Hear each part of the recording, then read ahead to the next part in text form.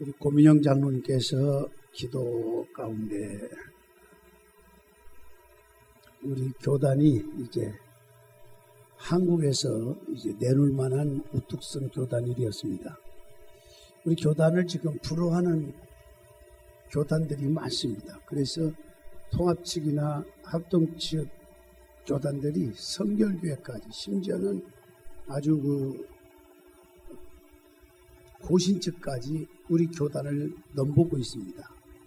그래서 합치려고 많이 지금 들어오고 있는데 전체가 화합이 안 돼서 교회마다 부분적으로 저희 교단에 지금 오고 있습니다. 지금 교단들이 너무나 많아요. 100개가 넘을 거예요. 작은 교단 같이 합치면 100개. 근데 100개가 넘지만 우리 교단에서 인정하는 교단은 아닙니다. 그러나 그 많은 교단 가운데도 저희 교단이 지금 제가 알기로는 3위로 달리고 있습니다. 그리고 신학대학교 규모는 지금 1위를 달리고 있습니다. 아멘. 여러분들이 TV를 통해서 계속 보고 있잖아요. 백석대학교. 규모가 엄청납니다. 지금 8,000개 교회를 지금 육박하고 있는, 이제 이번에 통합되면, 그래서 내일 모레 대신직 교단에서 지금 우리 교단과 지금 통합하는 그런 예배를 영광스럽게 올려드리게 됩니다. 근데 여기까지 오기까지는 지금 총회장님으로 계신 장정현 박사님께서 목사님이 가장 이슈화되고 가장 강요하고 주장하는 게 뭐냐? 오직 예수, 오직 복음 말씀 중심으로 가자. 진리를 알지니 그 진리가 너희를 자유케 하리라. 이런 말씀들을 계속해서 이슈화시키고 강요하고 있습니다. 우리 교단은 오직, 그래서 총회 때마다 다른 교단에서는 싸움박질하고 막 난리가 나는데 저희 교단은 그렇게 아름답게 총회를 마칠 수가 없어요. 할렐루야. 우리 교단이 이렇게, 우리 교회 소속된 교단이 이렇게 아름다운 일들이 너무나 많아요. 그래서 오직 예수, 오직 성경으로 돌아가자. 그래서 오늘 성서주일인데 뭐 너무 많이 들어서 그 설명을 다 하지는 않겠습니다. 여러분, 성경이 어째서 하나님 말씀이냐? 어째서 하나님 말씀인 성경이 살아있느냐? 운동력 있느냐? 낯선 검이 되냐? 그래서 말씀을 들을 때마다 듣는 각 심령마다 막 치유의 역사가 있는 거예요. 제 집회 현장에 한번 여러분도 오신 분도 알겠지만은 집회 현장에도 말기 암 환자도 그냥 일어나고 부러진 다리도 순식간에 막 붙어지는 역사도 일어나요. 집회 현장에서. 말씀이 선포되는데 왜? 하나님의 말씀이 살아있기 때문에 그렇습니다. 어째서 하나님의 말씀이 살아있냐? 성경을 다 설명을 할 수 없지만 공간복음을 봐도 그렇습니다. 마태복음, 마가복음, 누가복음은 공간복음이라고 합니다. 예수님의 행적을 기록해 놓은 말씀입니다. 근데 공간복음, 마태복음이나 마가복음이나 누가복음에 기록된 그것을 기록한 사람이 마태, 마가, 누가라고 하는 사람인데 누가는 배운 사람입니다. 지성인입니다. 의사, 닥터입니다. 그 사람들이 각각 다른 장소에서 계시된 하나님의 영감을 받아가지고 기록했는데 그 예수님의 행적이 나름대로 다 다르면 성경은 가짜인데 모아서 그 말씀을 펼쳐보니까 거의 공간복음 내용들이 거의 사건들이 동일하게 나타났어요. 그래서 하나님의 말씀, 기독교는 살아있는 종교인 줄로 믿으시기를 바랍니다. 그래서 우리는 오직 성경으로 돌아가야 돼요. 오직 성경을 읽는 자가 되십시오. 저는 늘 새벽기도 끝나고 성경을 먼저 읽습니다. 집에 가서 읽고 그 다음 운동하고 이제 기도 이제 그 하루 일정을 시작하는데 성경 읽다 보면 꿀송같이 단맛을 막 느끼게 돼요. 성경을 통해서 죄인된 사람들을 개선케 하는 위대한 능력이 나타납니다. 여러분들의 자녀들이 온전해지고 축복의 통로가 되고 기적의 주인공이 되기를 원하면 성경을 가까이 해야 돼요. 가까이 하고 그 성경의 중심대로 살아가는 여러분 모두가 되시기를 축원합니다. 오늘 10절에 보면 천사가 목자들에게 예수 그리스도의 나심을 말하면서 온 백성에 비칠 큰 기쁨의 좋은 소식이라고 말씀하고 있습니다. 여러분, 왜 예수 그리스도의 나심이 온 백성에게 비칠 큰 기쁨의 굿 뉴스가 될까? 성탄의 주님이 주시는 축복은 예수 그리스도를 영접한 사람들에게 동일하게 주시는 축복입니다. 오늘 여러분에게도 동일한 축복이 임하기를 예수 이름으로 축원합니다. 첫째는 뭐냐? 죄사함입니다. 죄사함입니다. 죄에서 자유를 얻게 함은 보혈의 능력, 주의 보혈, 주의 보혈. 우리의 모든 죄가 사함을 받아요. 아멘. 그래서 사도행전 2장 38절에 보면 각각 예수 그리스도 이름으로 회개하여 죄 사함 받으라. 그리하면 너에게 성령을 선물로 받으리니 그랬단 말이에요. 마태복음 1장 21절에 보면 아들을 아니니 그 이름을 예수로 하라. 이는 그가 자기 백성을 그들의 죄에서 구원할 자이심이니라. 예수라는 이름 자체가 그 뜻이 자기 백성을 저희 죄에서 구원할 자다. 그런 뜻을 가지고 있습니다. 사실 사람들에게 가장 큰 문제는 죄 문제입니다. 창세기 3장에 보면 죄로 말미암아 사망이 찾아왔어요. 죄 때문에 하나님 관계가 단절되고, 죄 때문에 인간관계가 깨지고, 죄 때문에 가정 문제가 깨지고, 죄 때문에 환경 문제가 찾아오고, 죄로 인해서 질병의 문제가 찾아오게 된 것입니다. 결국 낙원을 상실한 것도 무엇 때문입니까? 주님의 말씀대로 순종하지 않은 죄의 문제였다는 것입니다. 인간이 가진 수많은 문제 중에 가장 심각한 문제는 뭐냐? 하나님과의 관계가 단절됐다는 겁니다. 하나님과의 멀어졌다는 거예요. 멀어지면 어떻게 됩니까? 두 번째는 임마누엘 축복인 것입니다. 이사야 7장 14절에 보면은 그러므로 주께서 친히 징조를 너희에게 주실 것이라. 보라, 처녀가 잉태의 아들을 낳을 것이요 그 이름을 뭐라? 임마누엘이라. 임마누엘. 하나님이 우리와 함께 계시다. 그런 말이잖아요. 하나님께서 함께 하시는 것 가장 큰 축복이죠. 하나님이 함께, 부모가 자녀와 함께 하는 거 축복이듯이 그보다 더 놀라운 축복은 전능자 하나님이 여러분과 함께 하시는 것입니다. 여러분들과 자녀들과 함께 하시는 것입니다. 여러분들의 가정 속에 함께 하시는 것입니다. 창세기 26장 3절에 하나님 함께 하시면 우리를 축복한다고 그랬어요. 창세기 48장 21절 우리의 갈 길을 인도해 주신다고 그랬어요. 창세기 39장 2절에 보니까 하나님이 함께 하시면 형통한 자가 되고 그랬습니다. 형통한 자가 되고. 여러분, 다윗과 사울이 전쟁이 오래가 됐어요. 전쟁은 게임이 안 돼요. 이기고 지는 건 뭐 뻔한 사실이에요. 그런데 질 수밖에 없는 고양이 쥐와 같은 존재인 다윗이 점점 사울을 제치고 강성해졌다고 하는 것은 사무엘하 5장 10절에 보니까 여호와께서 다윗과 함께 계시니 그렇게 말씀하고 있어요. 다윗과 함께 계시니까 점점 강성해졌어요. 이제 여러분들 가정의 신앙생활의 모든 삶에 좀 강성해지려면은 여호와가 함께 하셔야 되는데, 임마누엘 축복이 임해야 되는데, 그건 바로 아기 예수로 오신 예수 그리스도와 더불어 살 때, 예수 그리스도와 함께 할 때 이런 은혜가 임하는 줄로 믿으시기를 바랍니다. 주님 없이는 살 수가 없어요. 옛날 어느 나라에 사냥을 아주 좋아하는 왕자가 있었습니다. 그런데 하루는 사냥을 하다가 낭떠러지에 떨어져서 그만 죽을 지경에 이르게 되었습니다. 그래서 그걸 본 나무꾼이 그 왕자를 구해서 정성스럽게 치료한 다음에 왕궁으로 데려다 주었어요. 그러니 임금님이 얼마나 기쁘겠어요. 임금님이 얼마나 좋아하시겠어요. 그래서 나무꾼을 불렀습니다. 내 아들을 살려줬는데 내가 너에게 무슨 큰 상을 주고 싶은 마음이 있다. 아낌없이 주고 싶다. 그러니 네 소원이 무엇이냐? 무엇이든지 소원을 말해봐라. 기회는 왔습니다.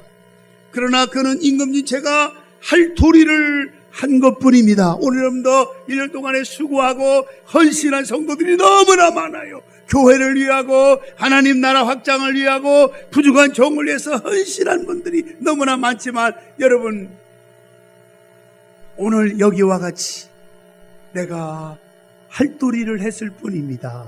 아멘.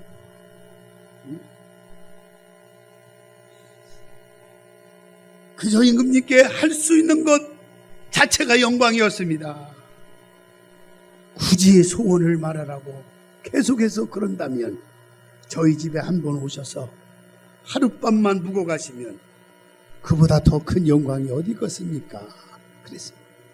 그래서 임금님은 쾌히 허락했습니다. 그 다음날부터 임금님의 행차를 위해서 어떻습니까? 가만히 있습니까? 가만히 있습니까? 좁은 길을 넓혀야죠.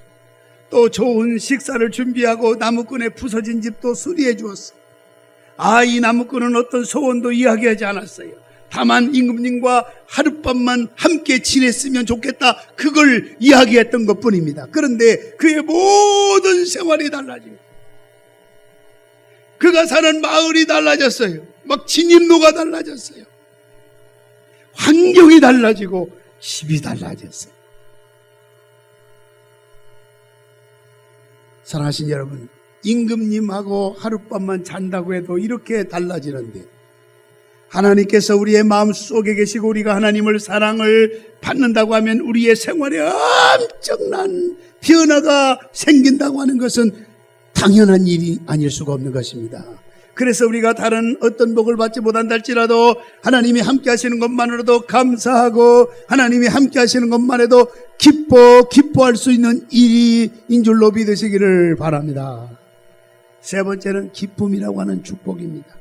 누가복음 2장 10절에 보니까 천사가 이르되 무서워하지 말라, 보라 내가 온 백성에게 비칠 큰 기쁨의 소식을 너희에게 전하노라. 기쁨의 소식을 전하노라. 아기 예수 오신 성탄, 예수님의 생신입니다. 생일입니다. 예수님이 땅의 만왕의 왕으로 우리의 구원자로 멸망받은 인생들을 영원한 생명의 길로 인도하시기 위해서 이 땅에 오신 예수 그리스도의 소식보다 더 기쁜 소식이 어디 있냐 이 말입니다. 주님이 오시면 기쁨이 넘칩니다. 시편 16편 11절에 다윗은 이렇게 말했습니다. 주께서 생명의 길을 내게 보이시니 주의 앞에는 충만한 기쁨이 있고 주의 오른쪽에는 영원한 즐거움이 있나니다. 아멘. 다윗은 극심한 고난 가운데 속에도 자신은 기뻐하고 즐거워했다 그랬어요. 심지어 천만인이 자기를 죽이려고 진친다 할지라도 다윗은 뭐라고 고백했느냐? 결코 두려워하지 아니하겠다. 왜냐? 전능하신 하나님이 자기와 언제나 함께 하시기 때문인 것입니다. 오늘 이 아침에 나온 여러분, 언제나 주님이 여러분과 함께 하십니다. 언제나 함께 하십니다. 언제나. 여러분, 마음속에 기쁨이 있으면 무슨 일을 해도 행복하지만, 마음속에 기쁨이 없으면 아무리 좋은 일을 해도 행복해질 수가 없는 것입니다. 신앙생활 잘하면 주님이 우리에게 기쁨을 주십니다. 여러분, 신앙생활 제대로 하십시오. 기쁨이 저절로 나타납니다. 기쁨이 충만하게 되는 것입니다. 왜 요즘에 병이 생기고 암병이 생기느냐? 기쁨을 잃어버리기 때문에 그래요. 기뻐하세요. 즐거워하세요. 엔돌핀이 막 생성되어 나옵니다. 그리고 엔돌핀이 생성되어 나오면 암을 퇴치하고 질병을 몰아내고, 더 나아가서 심한 암병에 걸렸거들랑 다이돌핀을 생성해내야 되는데, 다이돌핀은 뭐냐?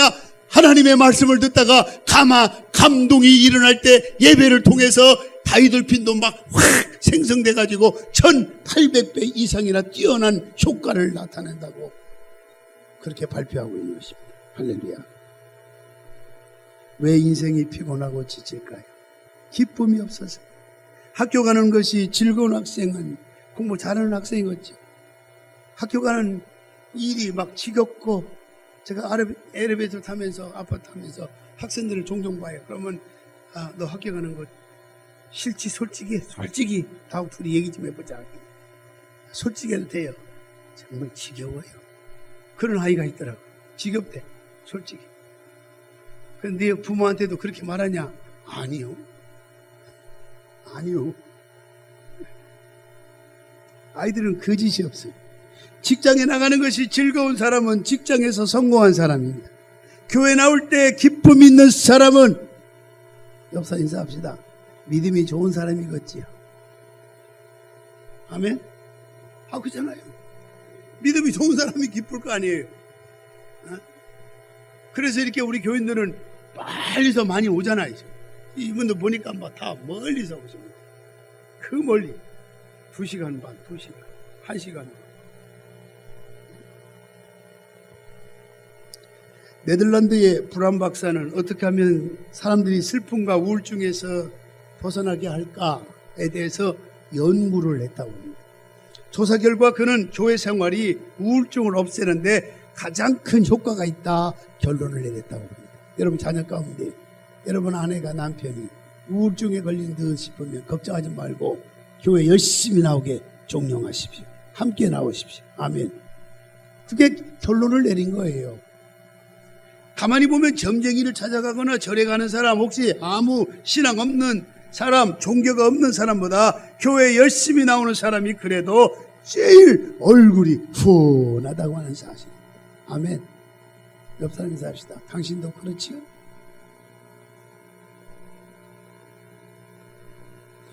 교회 나오면 찬송 부르고 위로를 받습니다.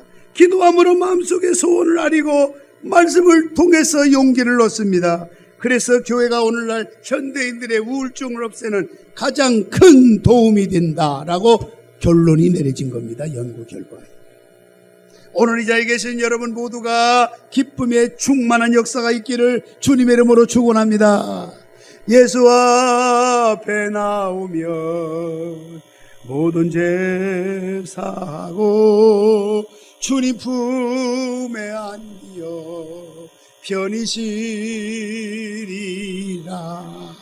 우리 주만 믿으면 모두 구원받으며 영생복락룰 멸류관 확실히 받겠네. 아멘. 네 번째는 환경의 축복입니다. 시편 112편 1절로 3절에 보니까 할렐루야 여호와를 경외하며 그의 계명을 크게 즐거워하는 자는 복이 있다. 후손이 땅에서 강성하며 정직한 자의 후손이 복이 있으리로다. 부와 재물이 그 집에 있으며 그의 공의가 영구히 있으리로다 라고 말씀하고 있습니다. 하나님은 자녀들이 부유하고 넉넉하게 살기를 원하십니다. 그런데 성경에 보니까 조건이 있어요. 원하시지만 조건이 있어요. 여호와를 경외하며 그 계명에 순종하는 사람, 하나님의 말씀에 순종하는 사람에게 하나님께서 복을 주시겠다고 하는 것입니다. 미국의 한 빈민촌에 어려서부터 아버지를 여의고 어머니와 함께 사는 조지 이스트만이라고 하는 소년이 살고 있었습니다. 이들 모자는 그날 벌어서 그날 먹고 사는 아주 어려운 생활을 할 수밖에 없는 상황이었지만은 조지 어머니는 아들이 잠들기 전에 그의 손을 꽉 잡고 기도하는 일을 한 번도 빠뜨리지 않았다고 합니다.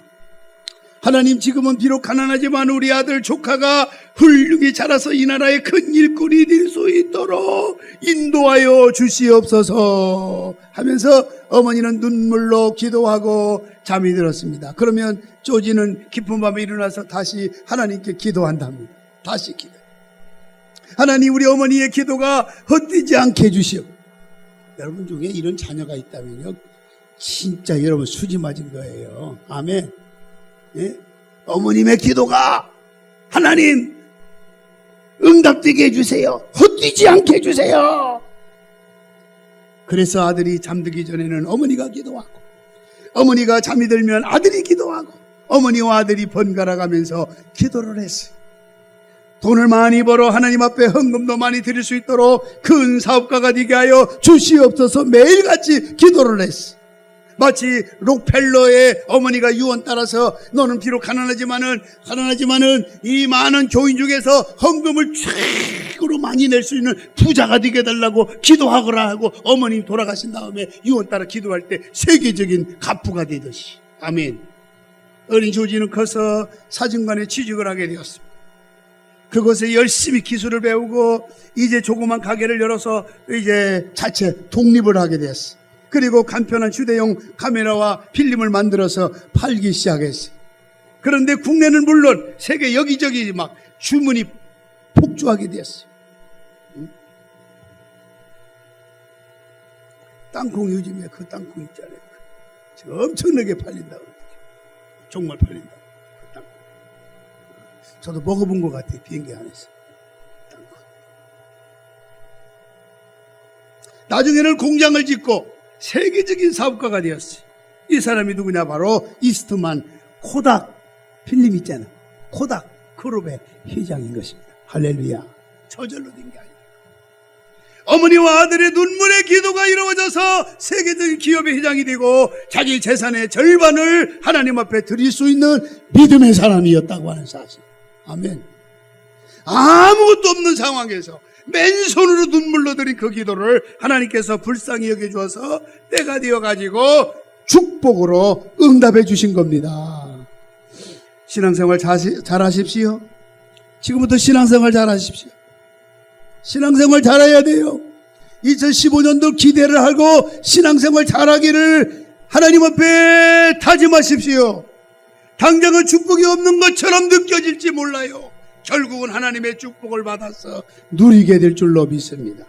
사랑하는 여러분, 하나님 우리가 복을 받아 누리기를 원하십니다. 문제는 우리들이 하나님의 복을 차단시키는 경우가 있기 때문이 아닐까.